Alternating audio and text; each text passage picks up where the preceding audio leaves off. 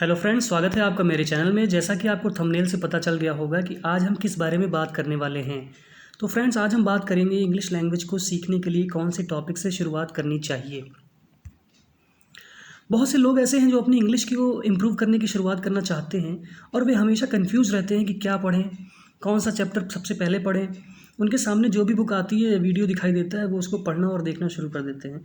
English language को सीखने का एक प्रोसीजर होता है जिसमें अगर स्टेप वाइज हर चीज़ सीखी जाए तो इंग्लिश को समझना बहुत आसान हो जाता है। हमारा समय भी बचता है। इंग्लिश सीखने के दौरान हमें कुछ चैप्टर्स बिल्कुल नहीं समझ में आते, वो इसलिए क्योंकि उस टॉपिक से जुड़े हुए चैप्टर्स जो हमें पहले ही पढ़ लेने चाहिए थे और समझ लेने चाहिए थे, वो हमने नहीं पढ़े। जैसे एक एग्जाम्पल से इसको समझ लेते हैं। डायरेक्ट और इनडायरेक्ट स्पीच मतलब नरेशन का चैप्टर पढ़ने से पहले हमारे टेंसेस, प्रोनाउंस, पंक्चुएशन के चैप्टर्स क्लियर होने चाहिए। नाउन क्लॉज, एडजेक्टिव क्लॉज और एडवर्ब क्लॉज समझने से पहले नाउन, एडजेक्टिव और एडवर्ब अच्छे से समझना पड़ेगा। कोई भी एप्लीकेशन लिखने से पहले आपको टेंसेस और ट्रांसलेशन टेक्निक्स की नॉलेज भी होनी चाहिए। कहने का मतलब है कि सीक्वेंस से हर चीज़ को सीखने का प्रयास करना चाहिए। एक के बाद दो, दो के बाद तीन और तीन के बाद चार, इस तरह से सीक्वेंस में सभी टॉपिक्स को पढ़ना चाहिए। अब क्वेश्चन है कि अगर सीक्वेंस को फॉलो नहीं किया तो क्या होगा। तो हम टॉपिक्स को अच्छी तरह से समझ नहीं पाएंगे। अगर थोड़ा बहुत समझ में आया तो बेटर अंडरस्टैंडिंग के लिए हमें उससे जुड़े हुए बेसिक चैप्टर्स पढ़ने पड़ेंगे, हमें वापस पीछे जाना पड़ेगा।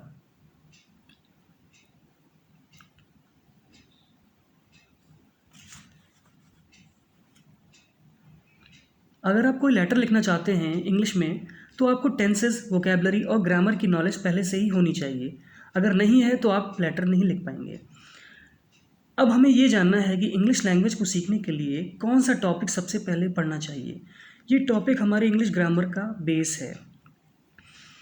इस चैप्टर का नाम है पार्ट्स ऑफ स्पीच, जिसका मतलब होता है शब्द के भेद। फ्रेंड्स, हम जानते हैं कि एक सेंटेंस ग्रुप ऑफ वर्ड्स होता है, एक वाक्य शब्दों का समूह होता है जो एक कंप्लीट सेंस देता है। एग्जाम्पल के लिए एक सेंटेंस लेते हैं, Shikha is fond of classical music. ये एक सेंटेंस है जिसमें वर्ड्स का एक ग्रुप है, समूह है, और ये एक कंप्लीट सेंस मतलब कि पूर्ण अर्थ देता है। अगर हमने ये वाक्य किसी को बोला तो लिसनर यह समझ पाएगा कि शिखा को क्लासिकल म्यूज़िक पसंद है। इसी सेंटेंस को अगर हम इस तरह से लिखें, classical Shikha of music is fond, इसमें ग्रुप ऑफ वर्ड्स तो है पर एक पूर्ण अर्थ हमें नहीं मिलता, इसलिए ये एक सेंटेंस नहीं है। फ्रेंड्स, एक बात और आपको बताना चाहूँगा, आप में से बहुत से लोगों की इंग्लिश बहुत ही अच्छी होगी, आप इंग्लिश में एक अच्छे लेवल पर होंगे, फिर भी ये वीडियो आप ज़रूर देखें। अगर आपको ये सब पहले से पता था तो आपका रिवीजन हो जाएगा और हो सकता है कि आपको कोई नई चीज़ सीखने को मिल जाए।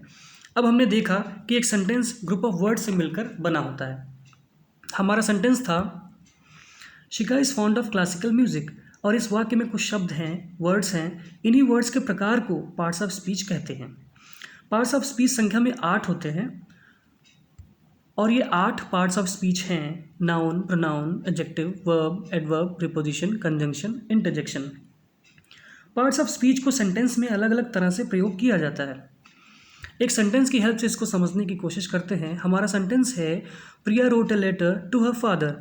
इस सेंटेंस में कुछ वर्ड्स यूज़ हुए हैं जो हैं, प्रिया एक नाउन है, रोट एक वर्ब है, ए आर्टिकल है, लेटर नाउन है, टू प्रीपोजिशन है, हर प्रोनाउन है, फादर नाउन है। इस तरह हमने देखा कि सेंटेंस वर्ड्स से मिलकर बनता है और वर्ड्स हमारे 8 पार्ट्स ऑफ स्पीच में से कोई भी हो सकता है।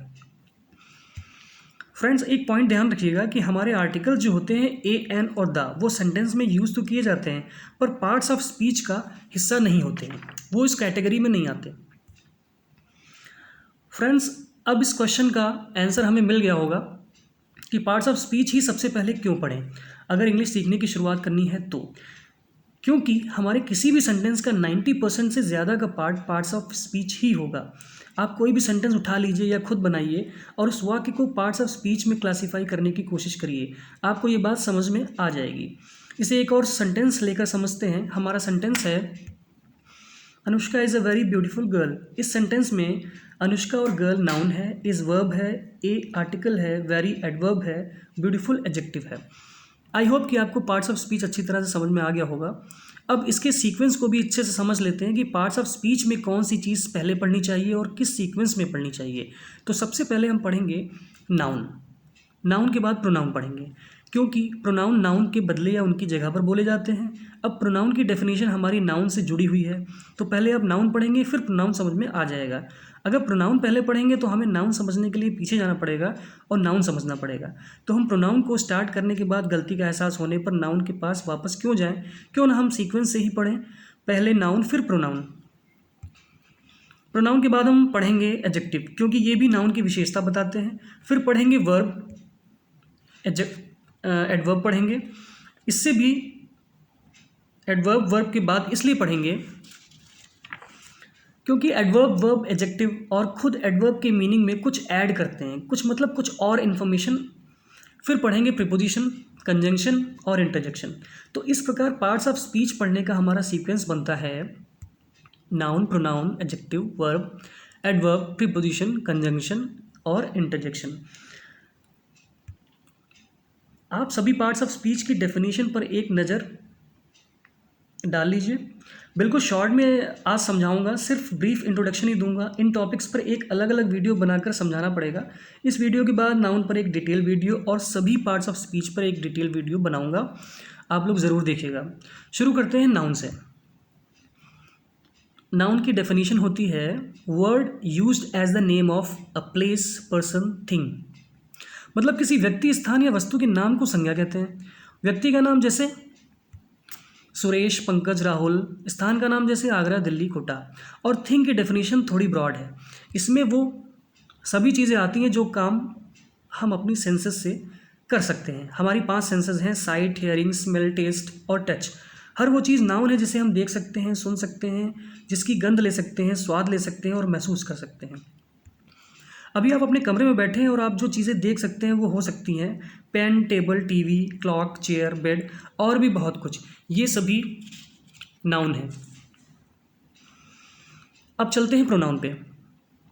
प्रोनाउन नाउन के स्थान पर यूज़ किए जाते हैं। एक बात ध्यान रखिएगा कि नाउन के स्थान पर प्रोनाउन रेपिटिशन मतलब दोहराव को न होने के लिए यूज़ किए जाते हैं।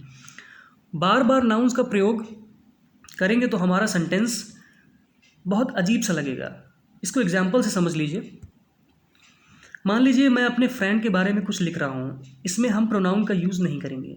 तो हमारा सेंटेंसेस हैं Suresh is my best friend, Suresh studies in Agra, Suresh does not play with his friends. यहाँ पर हमने बार बार सुरेश का यूज़ किया है जो कि गलत है और ये निश्चित रूप से अवॉइड करना चाहिए। नाउन का यूज़ फर्स्ट सेंटेंस में करने के बाद बार बार अगले सेंटेंसेस में नहीं करना चाहिए। इसकी जगह पर प्रोनाउन का यूज़ करना चाहिए। हम यूज़ करेंगे प्रोनाउन ही यूज़ करने के बाद हमारे सेंटेंसेस बनेंगे Suresh is my best friend, this he studies in Agra, he does not play with his friends.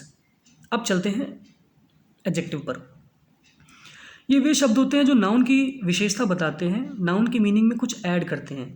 जैसे एक सेंटेंस है this is a yellow mango. इस सेंटेंस में नाउन है मैंगो और इसकी विशेषता है कि ये पीला है। आम है पर कैसा आम है ये हमें एडजेक्टिव्स बताते हैं। नेक्स्ट है वर्ब। वर्ब मतलब क्रिया। ये वे शब्द हैं जो व्यक्ति वस्तु के संबंध में कुछ बताएं या जिनसे कार्य का होना प्रदर्शित हो। वर्ब एक्शन, इवेंट, स्टेट को एक्सप्रेस करता है। वर्ब सेंटेंस में बहुत ही इंपॉर्टेंट प्लेस रखता है। वर्ब से ही हमारे सेंटेंस का टेंस डिसाइड होता है। कैसे डिसाइड होता है ये भी देख लीजिए। अगर हम लिखते हैं आई राइट अ लेटर तो ये सेंटेंस प्रेजेंट टेंस का है, मतलब वर्तमान काल का है। यदि लिखें आई रोट अ लेटर, ये हमारा पास्ट टेंस का सेंटेंस है। अगर हम लिखते हैं I will write a letter, ये सेंटेंस फ्यूचर टेंस का है। तो वर्ब से हमारा टेंस यानी काल डिसाइड होता है। और एक बात आपको और बता दूं कि पार्ट्स ऑफ स्पीच में किसी भी पार्ट ऑफ स्पीच से अगर कोई सेंटेंस बन सकता है तो वो वर्ब है। एग्जाम्पल देखिए, गो एंड कम, ये दोनों सेंटेंसेस हैं और कंप्लीट सेंस भी देते हैं। हालांकि इसमें सब्जेक्ट जो कि यू होगा वो हिडन है। फ्रेंड्स, हमारा एडवर्ब, प्रीपोजिशन, कंजंक्शन और इंटरजेक्शन ये रह गया है, वो नेक्स्ट वीडियो में कवर हो जाएगा। और अंत में अगर आपको ये वीडियो पसंद आया है तो लाइक, शेयर, कमेंट और चैनल को सब्सक्राइब करके बेल आइकन ज़रूर दबाएं। वीडियो को पूरा देखने के लिए धन्यवाद।